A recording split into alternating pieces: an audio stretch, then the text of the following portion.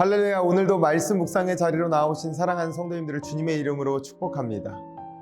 하나님께서 우리에게 맡겨주신 자녀들을 생각해 보십시오. 어떤 생각이 드십니까?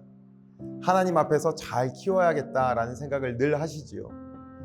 그 이유가 더 명확한 이유는 하나님께서는 자녀를 하나님의 기업이라고 말씀하고 계시기 때문입니다. 오늘 말씀에 두 부류의 자녀들이 나옵니다. 오늘 대조적인 성격의 두 자녀들을 통하여 성도님들의 자녀들이 하나님 앞에 더욱 아름답게 성장해 나가기를 소망합니다. 다 같이 말씀을 읽도록 하겠습니다.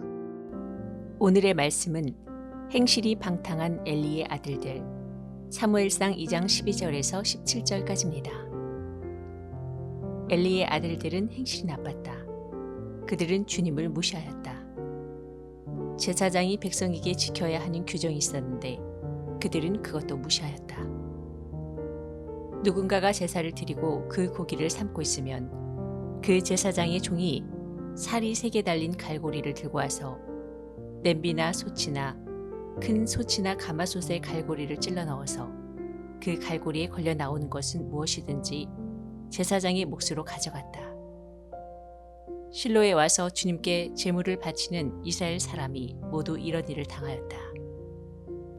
그뿐 아니라 사람들이 아직 기름을 떼어내 태우지도 않았는데 제사장의 종이 와서 제물을 바치는 사람에게 제사장님께 구워드릴 살코기를 내놓으시오. 그분이 원하는 것은 삶은 고기가 아니라 날고기요. 하고 말하곤 하였다.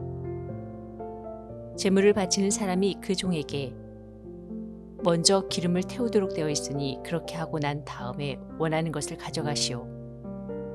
하고 말하면 그는 아니요, 당장 내놓으시오. 그렇지 않으면 강제로라도 가져가겠소. 하고 대답하였다. 엘리의 아들들은 주님께서 보시는 앞에서 이렇듯 심하게 큰 죄를 저질렀다. 그들은 주님께 바치는 제물을 이처럼 함부로 대하였다.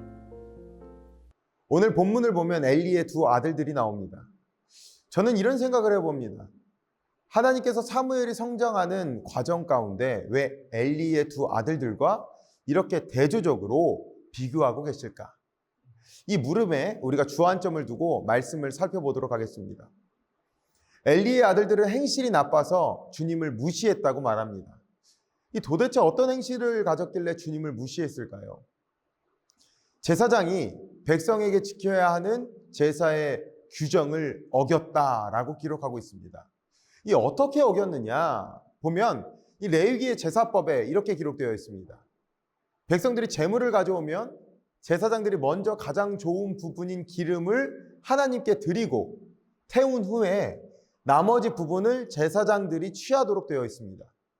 그런데 엘리의 두 아들들인 홈니와 이 비느하스는 기름진 것을 하나님 앞에 드리기도 전에 자신들이 먼저 취했다는 것입니다. 하나님을 완전히 무시해버린 것입니다. 그러니까 자신들이 그 제사의 주인이 되어버린 것이죠. 이렇게 하나님을 무시하니 더욱더 수많은 범죄 가운데 노출되어지게 됩니다. 어떤 범죄들을 지었느냐?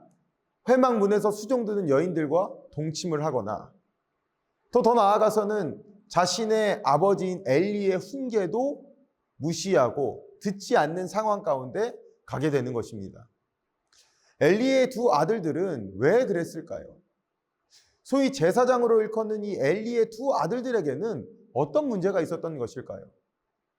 오늘 본문에 드러나지는 않았지만 18절에 보면 사무엘이 어렸을 때 세마포 에봇을 입었다고 말합니다. 이 세마포 에봇은 제사장이 입는 옷이지만 하나님의 말씀을 배우거나 가르치는 사람들도 입습니다. 사무엘이 어렸을 때부터 세마포 에봇을 입었다는 것은 하나님의 말씀을 철저히 배우며 성장했다는 것을 의미합니다. 그렇다면 반대로 이 엘리의 두 아들들은 어땠을까요? 사무엘과는 대조적으로 제사장이면서도 하나님의 말씀을 가까이 하지 않았다라는 것을 우리가 직감적으로 알 수 있게 됩니다. 하나님의 말씀을 가까이 하지 않으니 하나님의 말씀을 배우지도 않은 것입니다.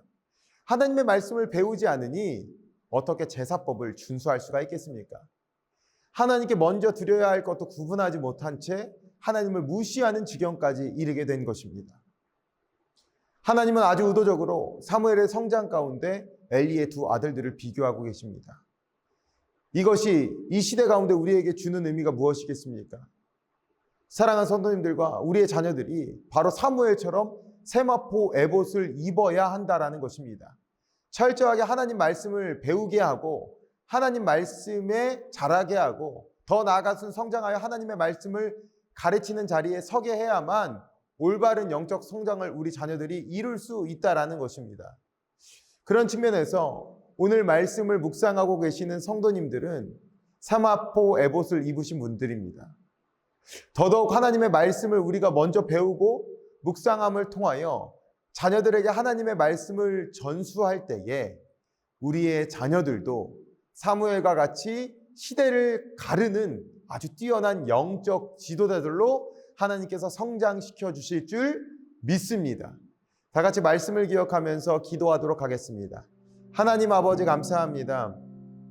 사무엘, 이 엘리의 두 아들들과는 다르게 영적으로 아름답게 성장할 수 있었던 이유는 하나님의 말씀 안에서 자랐기 때문입니다. 하나님의 말씀이 그리고 하나님의 말씀대로 살아가는 것이 우리의 인생의 안전장치이고 우리가 올바르게 영적으로 성장할 수 있는 귀한 지표임을 기억할 때에 우리도 그리고 우리의 자녀들도 하나님 말씀 가운데 거하는 귀한 인생이 되어질 수 있도록 아버지 인도하여 주시고 함께하여 주시옵소서. 하나님 우리에게 기업으로 주신 귀한 자녀들 하나님 안에서 아름답게 양육해야 되는 줄 믿습니다. 그 양육의 방식은 오로지 말씀뿐입니다. 하나님 말씀으로 양육해 하여 주시고 말씀으로 우리 자녀들이 성장케 하여 주시고 그 말씀으로 성장할 때 이 시대 가운데 하나님께서 요구하시고 말씀하신 것들을 우리 자녀들이 깨달아 마땅히 행해야 될 일들을 행하는 자들 될 수 있도록 도와주시고 이 어두운 시대에 사무엘과 같이 하나님의 한 줄기의 빛의 역할들을 감당하는 사랑하는 우리 자녀들 하나님께 쓰임받는 우리 자녀들 되어줄 수 있도록 주여 함께하여 주시고 인도하여 주시옵소서. 감사드리며 예수님의 이름으로 기도드리옵나이다. 아멘.